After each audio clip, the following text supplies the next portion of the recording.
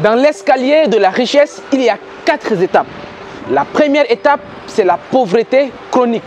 Dans la pauvreté chronique, on rencontre des personnes dont leur revenu est inférieur à leurs dépenses. Ils dépensent plus que ce qu'ils gagnent. Dans la deuxième étape, on parle ici des pauvres équilibrés. C'est-à-dire que dans cette étape, ce sont des personnes, généralement, tout ce qu'ils gagnent, ils dépensent. Donc tout ce qui entre, ça sort. La troisième étape, ce sont des pauvres moyens. Les pauvres moyens, ce sont des personnes qui gagnent de l'argent, ce qu'ils gagnent est égal à leurs dépenses plus un petit montant supérieur pour atteindre un objectif assez précis.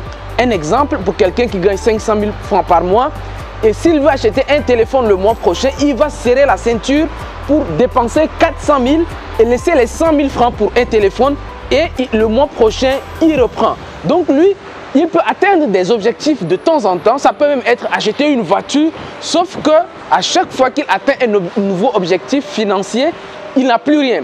Et dans la quatrième étape maintenant, ce sont des riches. Les riches, ce sont des personnes, généralement, leur revenu est supérieur à leurs dépenses, plus leur atteinte d'objectifs, plus l'investissement. Donc vous aurez compris, les riches, ce sont des personnes qui ont de l'argent qui est supérieur à l'argent dont ils ont besoin en réalité, mais dont ils ont un surplus d'investissement. Alors, ce que je viens de vous dire là provient d'un monsieur que j'ai énormément d'admiration. Il s'agit de Ricardo Kanyama. Ricardo Kanyama explique très clairement dans son livre ces 4 étapes de la richesse. Ce qui me motive vraiment à faire cette vidéo, je vais vous parler d'indépendance financière. Et on ne peut pas parler d'indépendance financière sans citer certaines personnes. Alors, concrètement, dans cette vidéo, je vais vous restituer 3 compréhensions, 3 lois et 3 règles, j'allais dire, que j'ai tirées de Ricardo Kanyama. Donc, vraiment, moi, je vous invite à regarder cette vidéo attentivement jusqu'à la fin. La 3e règle de Ricardo Kanyama, vous allez voir, beaucoup ne le savent pas. Et vous allez peut-être découvrir dans cette vidéo. Donc, je vous invite à partager cette vidéo dans le maximum de groupes. Si vous avez quelqu'un que vous voulez vraiment parler de gestion d'argent, d'indépendance financière, je pense que vous devez tout de suite partager cette vidéo à quelqu'un d'entre vous qui vraiment doit regarder cette vidéo. Alors, une petite parenthèse, rapidement, je vous invite à vous abonner si vous n'êtes pas encore abonné à cette page. Mais il y a 3 dates qui vont venir pour mes conférences en Afrique et dans le monde. Alors, ça va être en Afrique. Le 4 juin, ça va être à Dakar. Donc, si vous voulez réserver votre place pour la rencontre de Dakar, donc le 4 juin, on va parler de comment bâtir un réseau pour réussir son business. Le 11 juin, je serai en déplacement avec mon équipe du côté de Walk Dog. Alors, pour ceux qui le savent, c'est du côté du Burkina Faso. Donc, tous mes amis qui se trouvent à Ouagadougou, on se trouve le 11 juin 2022. Et pour le sommet de l'indépendance financière, ça sera à Abidjan le 8 et le 9 juillet en Côte d'Ivoire. Alors, là-bas, je serai avec Yann Amon, Amina Habib et le docteur Claudel Numbissier du Cameroun. Ça va être du lourd à Abidjan. 2 jours, on parlera d'indépendance financière. C'est la CIFA. Vous l'aurez sans doute deviné, c'est le plus grand sommet de l'indépendance financière africaine. Ça se passe à Abidjan le 8 et le 9 juillet. Donc, réservez mais rapidement vos places parce que c'était très attendu la CIFA et là c'est arrivé. Et on va se retrouver du côté d'Abidjan pour parler d'indépendance financière. Alors, on va refermer la parenthèse et on va revenir sur les 3 lois de Ricardo Kanyama. Alors, la première loi de Ricardo Kanyama, tu dois te sacrifier toi plutôt que de sacrifier ton avenir. Beaucoup de personnes sacrifient leur avenir au détriment du présent.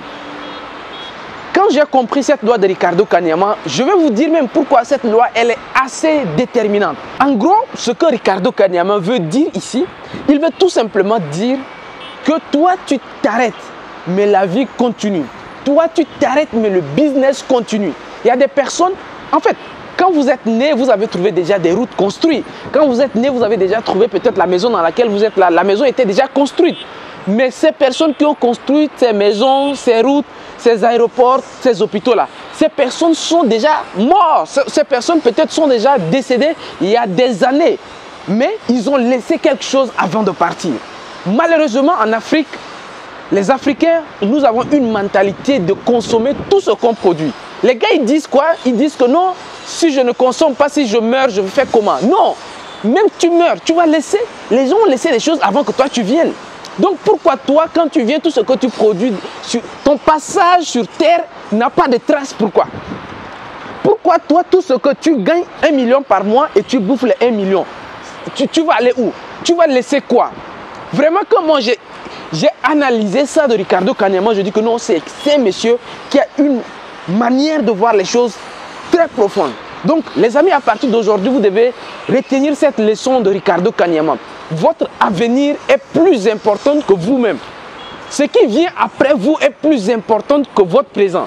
Voilà pourquoi aujourd'hui, quand vous commencez, vous prenez votre salaire ou bien vous faites un business, vous devez investir. Vous devez voir le futur en fait.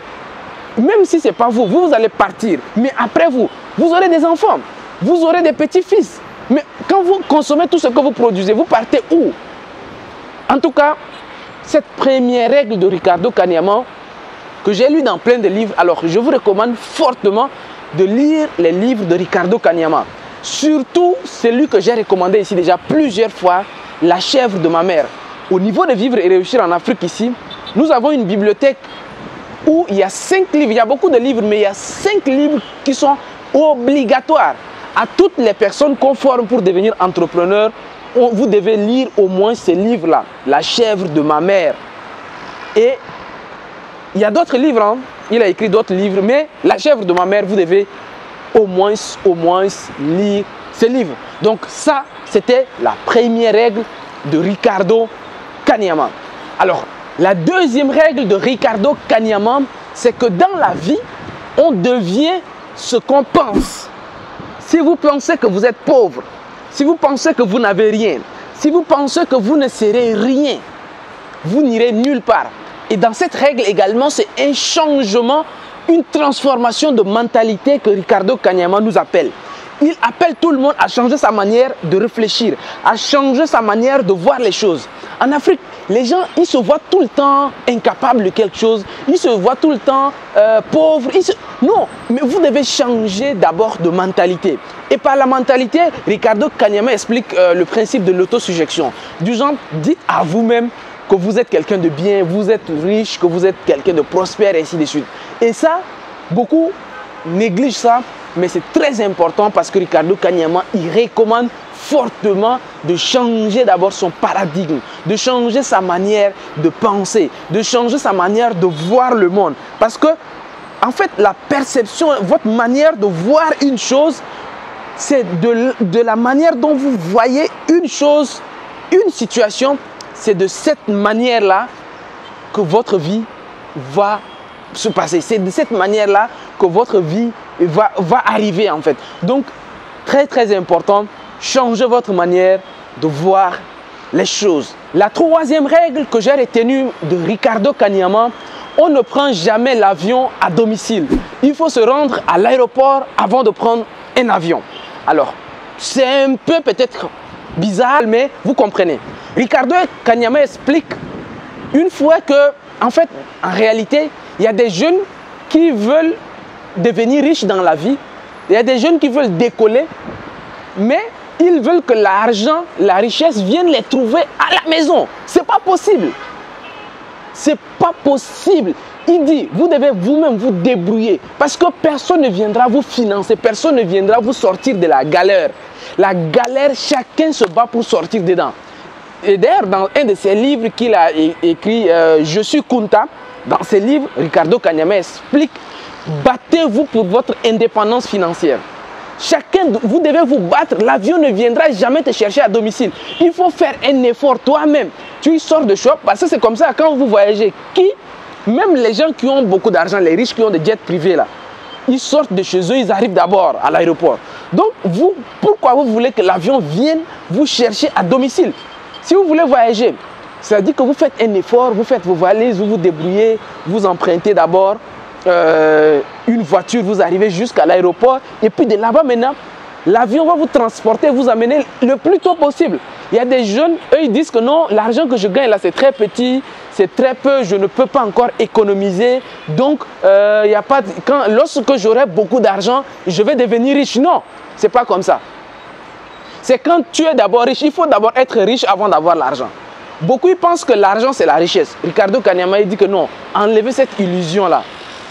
Pour avoir un financement, pour grandir en matière de business, pour devenir quelqu'un, vous devez vous faire un minimum, vous devez vous battre vous-même, faire un minimum d'efforts financiers avant que l'avion décolle. Parce que pour que l'avion décolle, il y a beaucoup d'énergie à prendre au sol.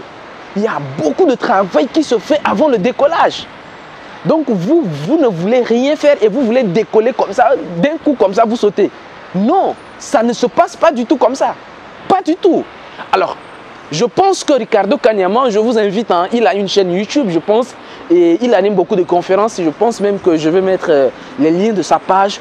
C'est un monsieur que je vous recommande vivement d'aller voir un peu ce qu'il fait. Il va vous changer un paradigme. Il va vous changer, vous, votre manière de percevoir le monde. Je vous recommande vivement ces grands frères-là. Donc, les amis, quant à moi, je vous dis à très bientôt. Au revoir et ciao, ciao.